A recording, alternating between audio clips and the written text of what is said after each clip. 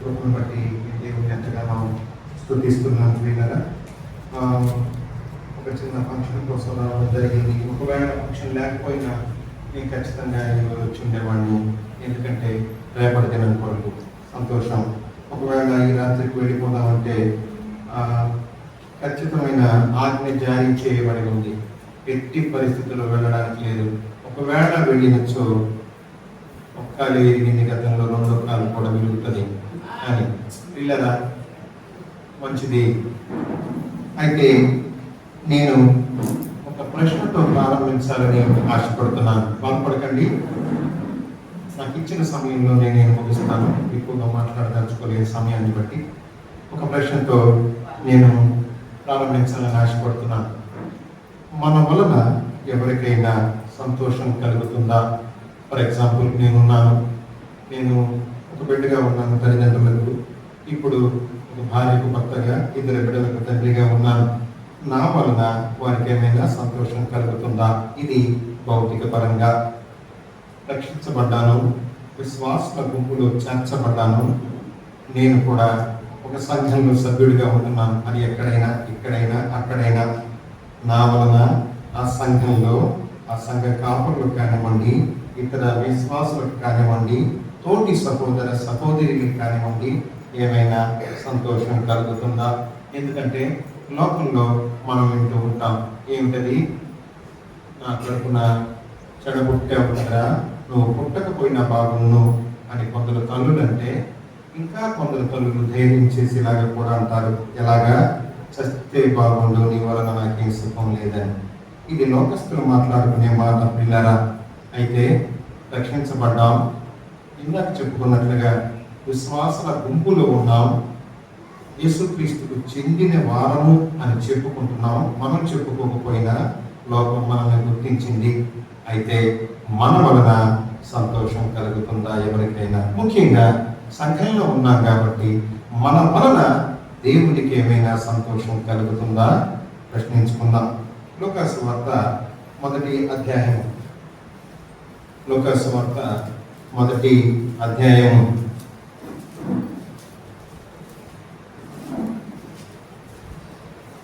17వ వచనం నేను చదువుతున్నాను, చూడండి. పేజీ నెంబర్ 49, కొత్త నిబంధన. మరియు అతడు తండ్రుల హృదయమును పిల్లల తట్టునకును, అవిధేయులను నీతిమంతుల జ్ఞానమును అనుసరించుటకును చెప్పి, ప్రభువు కొరకు ఆయత్తపడి ఉన్న ప్రజలను సిద్ధపరచుటకై ఏలియా యొక్క ఆత్మయు శక్తియు గలవాడై ఆయనకు ముందుగా వెళ్ళును కనుక నీకు సంతోషమును మహా ఆనందమును కలుగును. అతడు పుట్టినందున అనేకులు సంతోషించురనెను. బాప్తిస్మిచ్చు యోహాను గారి గురించి చెప్పినటువంటి మాట దూత ద్వారా ఈ మాట. యోహాను గారు పుట్టినందువలన అనేకులకు సంతోషం కలుగుతుందట. యోహాను గారు పుట్టినందువలన యాజ్ ఏ పేరెంట్గా, ఒక తండ్రిగా ఆయనకి మహా ఆనందం కలుగుతుందట. జనరల్గా ఏమిటి మహానందం అంటే? నిజమే, ప్రభు మార్గాన్ని సరళం చేశాడు. ప్రభు కంటే ముందుగా ఈ లోకానికి వచ్చి యేసుక్రీస్తు యొక్క సువార్తకు, యేసుక్రీస్తు యొక్క స్వస్థతలు చేయడానికి కూడా ఒక రకంగా చెప్పాలంటే మార్గాలు సరళం చేసిన వ్యక్తి బాప్తిస్మిచ్చు యోహాను గారు. ఇది మనందరికీ తెలిసిందే పిల్లరా. అయితే ఈయన వలన అనేకులకు సంతోషం కూడా కలిగింది. నీ వలన, నా వలన ఎవరికైనా సంతోషం ఉందా అన్నది మనం ప్రశ్నించుకోవాలి. కీర్తన గ్రంథం 40వ కీర్తన, కీర్తన గ్రంథం 40వ కీర్తన 5వ వచనం చదువుతున్నాము, చూడండి. Page number 472, 45. యెహోవా నా దేవా, నీవు మా ఎడల జరిగించిన ఆశ్చర్య క్రియలను, మా ఎడల నీకున్న తలంపులను బహు విస్తారములు, వాటిని వివరించి చెప్పేదని అనుకుంటున్నా, అవి లెక్కకు మించి ఉన్నవి. ఆలోచించండి, మన పట్ల దేవునికి ఉన్నటువంటి ఆలోచనలు, మన పట్ల దేవుడికి ఉన్నటువంటి తలంపులు లెక్కకు మించి ఉన్నాయట. ఊరకనే సాదాసీదాగా ఒక 20 రూపాయలు 30 రూపాయలు ఇచ్చి ఒక దోశ తిన్నట్లుగా కాదు నిన్ను నన్ను రక్షించుకుంది. ఒక ప్రణాళిక ఉంది నిన్ను నన్ను రక్షించుకోవడం. దేవునికి ఒక ఉద్దేశం ఉంది. యోహాను గారిని ఈ లోకానికి పంపించడంలో దేవునికి ఒక ఉద్దేశం ఉంది. ఏమిటది? దేవుని కొరకు ఎదురు చూసే వారిని సంతోషపరచాలి. తండ్రుల హృదయం పిల్లల తట్టు దేవుని కోసం ఎదురు చూసే వారు ఇంకా ఎక్కువగా సంతోషించాలని, దేవుని మార్గాలు సరళం చేయాలని. ఇది యోహాను గారి పట్ల దేవుడు కలిగి ఉన్న తలంపు. ఓ రక్షించబడిన విశ్వాసి, నీ కుటుంబ నేపథ్యం ఏమిటైనా, నీ స్థితిగతులు ఎలాంటివైనా సరే, నా పట్ల, నీ పట్ల, మనందరి పట్ల దేవునికి ఒక తలంపు ఉంది. ఎలాంటి అంట, ఒకవేళ నా పట్ల నేను కలిగిన తలంపులు ఆయన నేను చెప్పదాం అనుకుంటే లెక్కగా మించాయి. 1 చెప్పొచ్చు, 2 చెప్పొచ్చు, 100 చెప్పొచ్చు. అయ్యా కౌంట్లెస్. ఎక్కడ చెప్పేది చెప్పండి. నేను చెప్పలేకపోతున్నాను ప్రభు. కీర్తనాకారుడు అమ్మాట అంటున్నాడు, నా మటుకు నేను ఇంతే నిజంగా మీ మధ్య నేను ఉండవలసిన వాడు కాదు. నా పట్ల ఒకవేళ కనుక దేవుడు కనుక ఏదైనా ఒక ఉద్దేశం కనుక కలిగి ఉండకపోతే సజీవంగా ఉంది దేవుని మందిరంలో సంతోషించేవాడి కాదు. నేటికి నేను సజీవంగా ఉండడానికి ఆయన కృపే కారణం. నా పట్ల దేవుడు కలిగి ఉన్నటువంటి ఉద్దేశమే కారణం. ఇది నేను స్పష్టంగా చెప్పగలను. ఒకవేళ కనుక మీ అందరికీ అవకాశం ఇస్తే మీరు కూడా ఈ మాటలు చెప్తారు. ఆలోచించండి. కాదంటారా? అనుకుందాం, నాకు యాక్సిడెంట్ జరిగింది. ఇక్కడ ఉన్న వాళ్ళందరికీ తెలుసు, ఎవరు ఒకరిద్దరికి తప్ప. కరెక్ట్గా ఖాళీ ఎందుకు తగలాలి? ఒకవేళ పక్కకి ఎందుకు పడాలి? వెనకబడితే హెడ్ ఇంజ్యూర్ అయితే పరిస్థితి ఏమైందో? భౌతికంగా నేను మీ మధ్య ఉండేవాడినా, కానీ నేను ఆ నాశనమైన గుంటలో నశించిపోవటం ప్రభువుకి ఇష్టం లేదు. కనుక నా పట్ల ఒక ఉద్దేశం ఉంది కనుక నన్ను సజీవంగా ఉంచాడు ప్రభు. హల్లెలూయా. యోహాను గారు పుట్టినందువలన అనేకులకు సంతోషం, అందుకే సంతోషమే. మరి మన పట్ల, మన వలన ఎవరికైనా సంతోషం కలుగుతుందా? మన వలన ఎవరికైనా ఉపయోగం ఉందా? ప్రశ్నించుకోవాల్సిందే మనమందరం. ఎందుకంటే ఇలాగా ఎవరైనా ఎలాగైనా జీవించవచ్చు, కానీ రక్షించబడినటువంటి విశ్వాసులు ఒక ప్రణాళిక, ఒక పద్ధతి పాడు లేకుండా, క్రమమైన జీవితం లేకుండా, ఇతరులకి ఉపయోగపడకుండా, ఇతరులకు ఏమేమీ చేయకుండా, వారిని సరైన మార్గంలో నడిపించకుండా మనం బ్రతకూడదు. ఎందుకంటే నీ పట్ల, నా పట్ల దేవుడికి కలిగినటువంటి తలంపులు బహువిస్తారములు చాలా ఉన్నాయంటే 1000-2000 ఉన్నాయో అనుకోవచ్చు. కానీ బహువిస్తారమైన తలంపులు మన పట్ల దేవుడు కలిగి ఉన్నారు. ఒకసారి ఎహెస్కేలు గ్రంథం, సరే ఎప్పుడు మన వలన సంతోషం కలుగుతుంది. దానికంటే ముందు యోహాను రాసిన 3వ పత్రిక,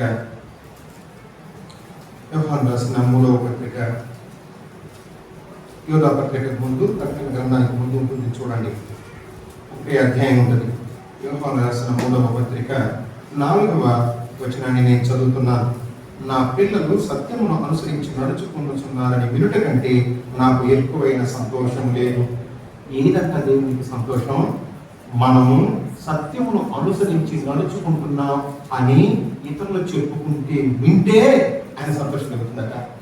మళ్ళా చెప్తాను, మనము సత్యమును అనుసరించి నడుస్తున్నాం అని, నిజమే వాళ్ళందరూ చాలా నీతిగా, న్యాయంగా సత్యమును అనుసరించి నడుస్తున్నారయ్యా అని ఇతరులు చెప్పుకుంటే వింటాడు కదా తండ్రి. అది తండ్రికి సంతోషం, అది దేవునికి సంతోషం అట. ఏమిటి సత్యం? ప్రభువైన యేసుక్రీస్తు సత్యం. నేనే మార్గము, సత్యమును, జీవము. ఆయన్ని అనుసరించి నడుస్తున్నా అని ఇతరులు చెప్పుకుంటే అది విన్న దేవునికి మన వలన సంతోషం కలుగుతుంది. మనము నిజంగానే యేసుక్రీస్తుని బట్టి, యేసుక్రీస్తు మాటల వలనే వాక్యానుసారమైన జీవితమే జీవిస్తున్నామా? ఆయన్నే అనుసరిస్తున్నామా? కొంతమందికి లోకంలో కొంతమంది రోల్ మోడల్స్ ఉంటారు. ఆటలాడుకునే వాళ్ళకి ఓ సచినో, కోహ్లీనో, ఇంకొకరు క్రికెట్ ఇష్టపడే వాళ్ళకి రోల్ మోడల్స్ ఉంటారు. లేదా కొంతమందికి సినిమాలు ఇష్టపడే వాళ్ళకి కొంతమంది యాక్టర్స్ రోల్ మోడల్గా ఉంటారు. రక్షించబడిన మనకి ఎవరగా? యేసుక్రీస్తే. మనం అనుసరించాల్సింది ఆయన్నే. ఎందుకు? ఈ లోకస్తులు లోకంలో ఉన్న వాటిని, నిత్యత్వానికి పనికిరాని వాటిని అనుసరించి నడుస్తున్నారు. కానీ యేసుక్రీస్తుని అనుసరించి నడపడం వలన మనకి లాభమే కానీ నష్టం ఉండదు. సో ఆ పిల్లలు సత్యమును అనుసరించి నడుచుచున్నారని వినుట కంటే నాకు ఇంకా సంతోషమే లేదంటున్నారు. ఇప్పుడు రండి, యెహెజ్కేలు గ్రంథం 47వ అధ్యాయం, దానియేలు తర్వాత ఉంటుంది చూడండి, క్షమించండి, ఇర్మియా తర్వాత 47వ అధ్యాయం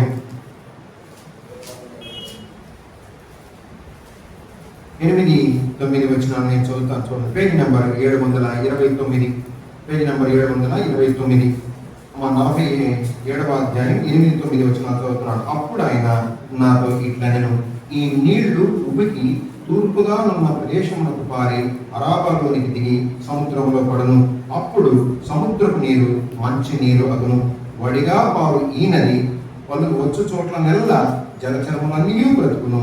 ఈ నీళ్లు అక్కడికి వచ్చుట వలన ఆ నీరు మంచి నీళ్ళు అగును. కనుక చేపలు బహు విస్తారములగును. ఈ నది ఎక్కడికి పారునో అక్కడ సమస్తమును బ్రతుకును.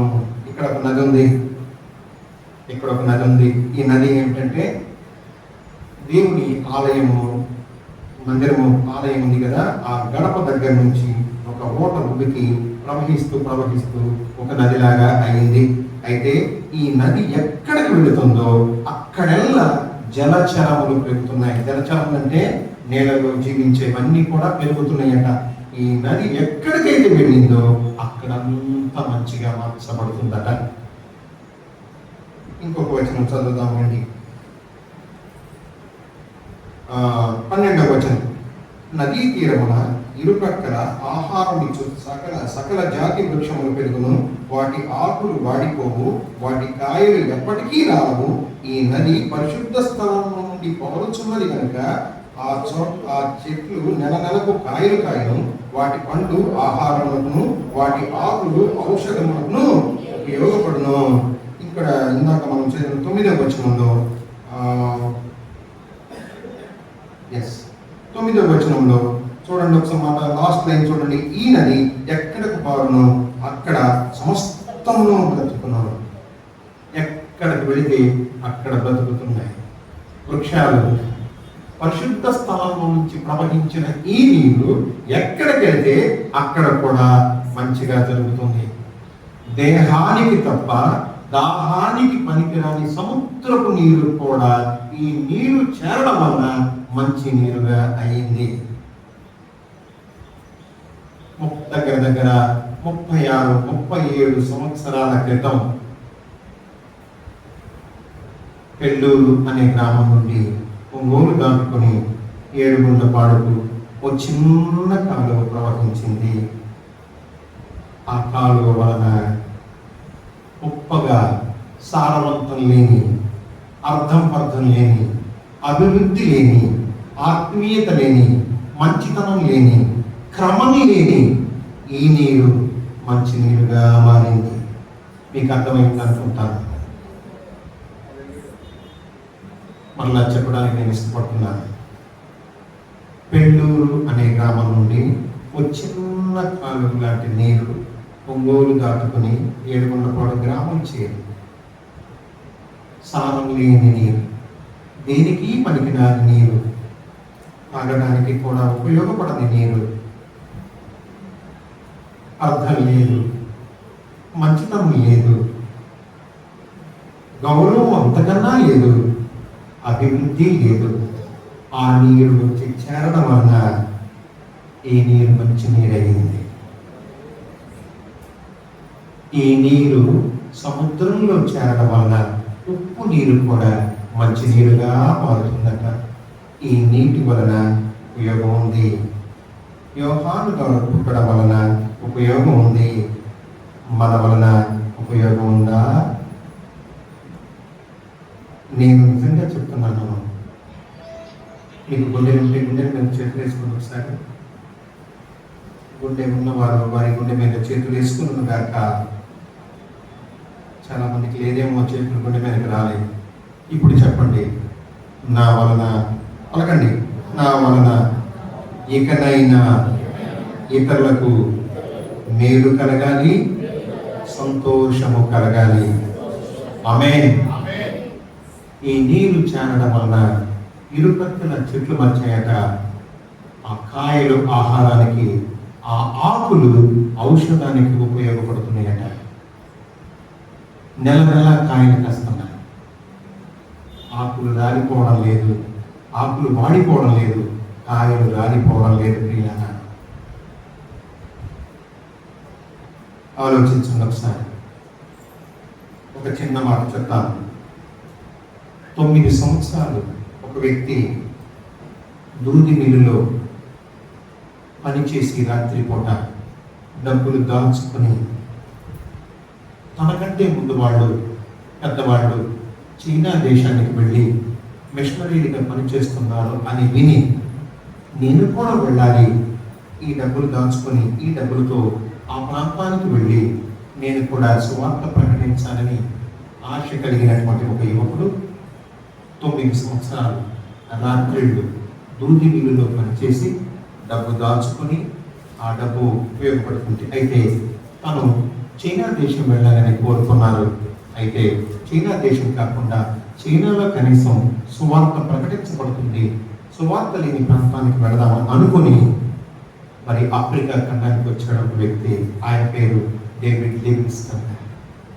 డేవిడ్ లివింగ్స్టన్ గారు ఈ డబ్బులతోటి వైద్య విద్యని అభ్యసించాడు. తనకు తెలిసినటువంటి వరకు వైద్య విద్య నేర్చుకున్నాడు, అంటే పని నేర్చుకున్నాడు.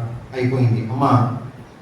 స్కాట్లాండ్ దేశం నుంచి ఆఫ్రికా ఖండం వెళ్ళడానికి 3 నెలలు ప్రయాణం చేశాడు. 3 కిలోమీటర్లు కాదు, 30 కిలోమీటర్లు కాదు, 300 కిలోమీటర్లు కాదు, 3 నెలలు ప్రయాణం చేసి తను అనుకున్నటువంటి ఆఫ్రికా ఖండానికి వెళ్ళాడు. అంత మాత్రమే కాదు, 9,000 మైళ్ళు ప్రయాణం చేశాడు. సువార్తే లేదు. అడవి ప్రాంతం ఎక్కువ ఉన్న ప్రాంతం. ఆఫ్రికా ఖండాన్ని చదువుకున్న వాళ్ళకి తెలుసు, చీకటి ఖండం ఉంటారు. ఆ చీకటి ఖండంలో వెలుగులు నింపడానికి స్కాట్లాండ్ దేశాన్ని నుంచి ఒక మనిషి వచ్చాడు. అతని పేరు డేవిడ్ లివింగ్స్టన్. 9,000 మైళ్ళు ప్రయాణం చేశాడు. ప్రయాణం చేస్తున్న క్రమంలో, అడవి ప్రాంతంలో పెడుతున్న క్రమంలో ఆ చెట్టు కొమ్ములు అవి ఇవి తగిలి తన ఒక కన్ను పోయింది. రెండవ కన్ను కూడా చాలా దెబ్బతింది. ఆ ఎండకి, ఆ వేడికి, ఆ వాతావరణానికి తన శరీరం తట్టుకోలేక నుదులంతా కూడాను, శరీరం అంతా కూడాను దగ్గర దగ్గర ఒక 2-3 నెలలు వర్షం పడకపోతే భూమి ఎలాగా నెర్రెలు పారుతుందో తన శరీరం అంతా నెర్రెలుగా వచ్చింది. మనుషులు చూస్తే గుర్తుపట్టలేని రూపాన్ని ధరించుకున్నాడు డేవిడ్ లివింగ్స్టన్ గారు. ఆ గోడలో ఆ యొక్క అటవీ ప్రజల మధ్య ఒక నాయకుడు ఉంటాడు కదా, మనకు ప్రెసిడెంట్ ఎమ్మెల్యేలు ఉన్నట్టుగా. ఆ నాయకుని కుమార్తె జబ్బును పెడితే ఆమెకు వైద్యం చేసి తన ద్వారా సువార్త మార్గాలు ధారణ చేస్తున్నాడు. తన ద్వారా సువార్తను ప్రకటించాడు. ఆఫ్రికా ఖండంలో ఒక ఆనవాయితీ ఉంది. మనుషులను బానిసలుగా అంటారు. మనుషులను, నన్ను మీకు గుర్తుందా? ఇక్కడ కూర్చున్న వాళ్ళకి ఉండదేమో బహుశా, అక్కడ కూర్చున్న వాళ్ళందరికీ గుర్తుంటుంది. జీతాలకి మనుషులు ఉంటారు తెలుసా? వ్యవసాయం చేసేటువంటి ఊళ్ళలో వ్యవసాయం చేయడానికి సంవత్సరానికి 30,000 భోజనం పెట్టి బట్టలు ఇచ్చి, అదేంటి మనిషిని కొనుక్కోవడానికి కదా ఒక సంవత్సరానికి. అలాగే ఆఫ్రికా ఖండంలో బానిసలను కొంటారు, మనిషిని బానిసగా కొంటారు. యూసెఫ్ కదా అలాగే కదా అమ్మబడ్డారు. అయితే ఈయన వెళ్ళిన కారణం చేత అక్కడ మనుషులను బానిసలుగా కొనడం నిషేధించబడింది. ఒక మనిషిని ఒక వస్తువులాగా, ఒక మనిషిని ఒక జంతువులాగా, అవసరానికి ఉపయోగించుకునే ఒక సాధనంలాగా ఉన్నటువంటి ఆ పద్ధతిని డేవిడ్ లివింగ్స్టన్ గారు రూపుమాపారు.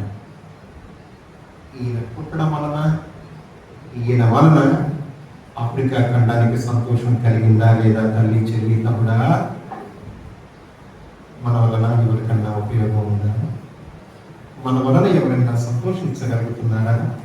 ఒకవేళ మీరు వివాహం చేసుకున్న వారైతే నీ వలన భార్య సంతోషిస్తుందా? నీ బిడ్డలు సంతోషించగలుగుతున్నారా? మా అమ్మ వలన మాకు చాలా సంతోషం అండి అని చెప్పగలుగుతున్నారా? ఒకవేళ మీరు స్త్రీ అయితే మీ వలన మీ భర్తకు సంతోషం కలుగుతుందా? ఆలోచించుకున్నాం ప్రియులు. సమయం లేదు. ఎందుకు సమయం లేదు? ప్రభువు చెప్పినట్లు జరగవలసిన అన్నీ జరుగుతున్నాయి ప్రపంచంలో. సువార్తకు ద్వారాలు మూయబడుతున్నాయి. మేము ఎవరైనా బహిరంగంగా సువార్త చెబుతుంటే మా ఊర్లకు రావద్దు అని బోర్డులు పెట్టుకుంటున్నాం. మీ దేవుడు మాకు అక్కర్లేదండి, మా ఊర్లో మాకు దేవుడు ఉన్నాడు, మీ దేవుడు మాకు అక్కర్లేదు, మా ఊర్లోకి రావద్దు అని గ్రామ పులిమేరలలో బోర్డులు పెట్టుకుంటున్నాను. నేను ఉంటున్నటువంటి ప్రాంతం నుండి 35 కిలోమీటర్ల దూరంలో హెబ్రోన్ వాళ్ళు సువార్త కొరకని ఆదివారం సాయంత్రం వాళ్ళకి వ్యాన్ ఉంటుంది కదా, వ్యాన్ వేసుకొని వెళితే గ్రామ ఎంట్రన్స్లోనే, ఆ విలేజ్ ఎంట్రన్స్లో మారుమూల ఉంటుంది అనంతపురం జిల్లాలో. ఆ ఊరి పేరు గుర్తులేదు, క్షమించండి. వెళితే కర్రలతోటి ఆ వ్యాన్ మీద దాడి చేశారు. మనుషులు కూడా విపరీతంగా కొట్టారు, కేసు పెట్టారు. వెళ్ళి అయినా కానీ ఏ పరిష్కారం లేదు. ఆ వీడియో తీసి పంపిస్తే చూసాం. మనం ఉంటున్న ప్రాంతంలోనే, మనం సంచరిస్తున్నటువంటి స్థలాలలోనే సువార్తకు వ్యతిరేకతలు ఉన్నాయి. సువార్తకు వ్యతిరేకతలు ఉన్నాయి. వింటున్నాం, బాగుందండి, ఈరోజు చాలా బాగా చెప్పారండి సాకులు అని ఇంటికి వెళ్ళి సంతోషిస్తున్నాం. మన పనుల్లో మనం నిమగ్నమై ఉన్నాం. మరి ఎవరు చెప్పాలి వాళ్ళకి? ఎందుకు ఏ ఉద్దేశం, ఏ ప్రణాళిక దేవుడు మన పట్ల కలిగి ఉన్నాడు? యెషయా గ్రంథం 42వ అధ్యాయం. యెషయా గ్రంథం 42వ అధ్యాయం 6-7 వచనాలు చదువుతాను చూడండి. Page number 603. గుడ్డివారి కన్నులు తెరుచుటకును, బంధింపబడిన వారిని చెరసాలలో నుండి వెలుపలికి తెచ్చుటకును, చీకటిలో హింసించు వారిని బందీగృహంలో నుండి వెలుపలికి తెచ్చుటకును, యెహోవాను నేనే నీటి విషయంలో నిన్ను పిలిచి నీ చేయి పట్టుకొని ఉన్నాను. నిన్ను కాపాడి ప్రజల కొరకు నిబంధనగాను అన్యజనులకు వెలుగుగాను నిన్ను నియమించి ఉన్నాను. క్రైస్తవ, ఇది స్పష్టంగా దేవుడు మన పట్ల కలిగి ఉన్న ప్రణాళిక, ఉద్దేశం ఇది. చీకటిలో ఉన్న వారిని విడిపించాలి. ఏమిటి చీకటి? డబ్బు అనే చీకటి. ఆదివారం వస్తే, చిన్న వర్షం పడితే, బంధువులు ఇంటికి వస్తే, ఇష్టమైన వంట చేస్తున్నప్పుడు మందిరానికి నమస్కారం పెడతాం, మందిరానికి సెలవు ప్రకటిస్తాం. నేను ఇలా అంటున్నా, నేను మనం అనుకోవద్దు. ఇలా అంటున్నా, నేను మనం అనుకున్న పని లేదండి. మనం అందరం సంధిస్తాం. 10 గంటలకి కృష్ణ ఎక్స్ప్రెస్ ఎన్ని గంటలకు రైల్వే స్టేషన్ పెడతాను చెప్పండి? అందరూ ప్రయాణం చేసేవాళ్ళమే. నేను విమర్శించడం కోసం అంటం లేదు. చెప్పండి. 9 గంటల 50 నిమిషాల కన్నా ఉంటారా స్టేషన్లో? ఆపాతకాలీన ప్రార్థన ఎన్ని గంటలకు ప్రారంభించబడుతుంది? మీ క్యాలెండర్లో కూడా ముద్రించారు. సారీ, మన క్యాలెండర్లో కూడా ముద్రించారు. ఆలోచించండి ప్రియ. నేను విమర్శించడం కోసం చెప్పడం లేదు. కట్టెల పొయ్యి మీద నీళ్లు కాసుకొని, కుంకుడుకాయలు కొట్టుకొని, నానబెట్టుకొని తలస్నానాలు చేసి వచ్చిన రోజులు కాదు. స్విచ్ చేస్తే నీళ్లు వేడవుతుంది, బటన్ నొప్పితే షవర్తో తలకలుస్తుంది, గాలితో తలారిపోతుంది. ఎందుకు ఆలస్యంగా వస్తున్నారు? ఆసక్తి తగ్గిందా? ఏమైంది? నా పిల్లలు సత్యమును అనుసరించి నడుచుకొనుచున్నారు అన్న సంగతి వింటే నాకు సంతోషం అంటున్నాడు దేవుడు. ఎవరిని అనుసరించి నడుస్తున్నాను? దేన్ని రోల్ మోడల్గా పెట్టుకున్నాను నా పిల్లలు? నేను అన్నాను, ప్రశ్నలతోనే నా వర్తమానం ఉంటుందని ప్రారంభంలోనే అన్నాను. దేవునికి మన వలన సంతోషం కలుగుతుంది. చీకటిలో చాలా మంది ఉన్నారండి. మన దేవుని చీకటిలో గుడ్డితనంలో ఉన్నారు. డబ్బు కోసం ఏమైనా చేయడానికి ఆ డబ్బుని చట్టంలో ఇరుక్కున్నారు. ధనాన్ని సమకూర్చుకున్నాం, స్థలాలు, పొలాలు, ఇల్లు, వాకిళ్ళు కట్టుకున్నాం అనే భ్రమలో ఉన్నారు. కానీ అది విడిచిపెట్టి వెళ్ళవలసిందే. తీసుకొని వెళ్తారా ఎవరైనా? ఇప్పటి వరకు మీకు తెలిసి చనిపోయిన వాళ్ళు ఎవరైనా సరే తన ఆస్తి పాస్తులు తీసుకెళ్ళిన ఉంటే చెప్పండి. నాకు తెలిసి అయితే ఎవరు లేరు. మీకు తెలిసి ఎవరైనా ఉన్నారా? తను కట్టినటువంటి చలమరాతి బిల్డింగ్లను తనతో పాటు సమాధికి తీసుకెళ్ళినటువంటి వ్యక్తి భూ ప్రపంచంలో ఎవరైనా ఉన్నారా? వాటి కోసం పాపులు అంటున్నారు, చేయకట్టేది బంధకం. వాళ్ళని విడిపించడానికి నా చేయి పట్టుకొని నిబంధనగా నేను చేసుకున్నానని ప్రభువు చెప్తున్నాను. ఇది మన పట్ల దేవుడు కలిగిన ఉద్దేశం, కలిగి ఉన్న ఉద్దేశం. ఆయన సంతోషపరిచేవారిగా ఉన్నామా? నేను ఇప్పుడే చెప్పాను, ఒక చిన్న కాలంలాగా ఉంది, కొంతమంది జీవితాల్లో వెలిగించింది, ఆ నీరు ఉపయోగపడింది. నీవు నేను కూడా ఎవరికైనా ఉపయోగకరంగా ఉండవా? ఇక నుండైనా ఉండాలి, ఉందాం. అట్టి కృప దేవుడు మనందరికీ తెచ్చింది కనుక ఆమేన్.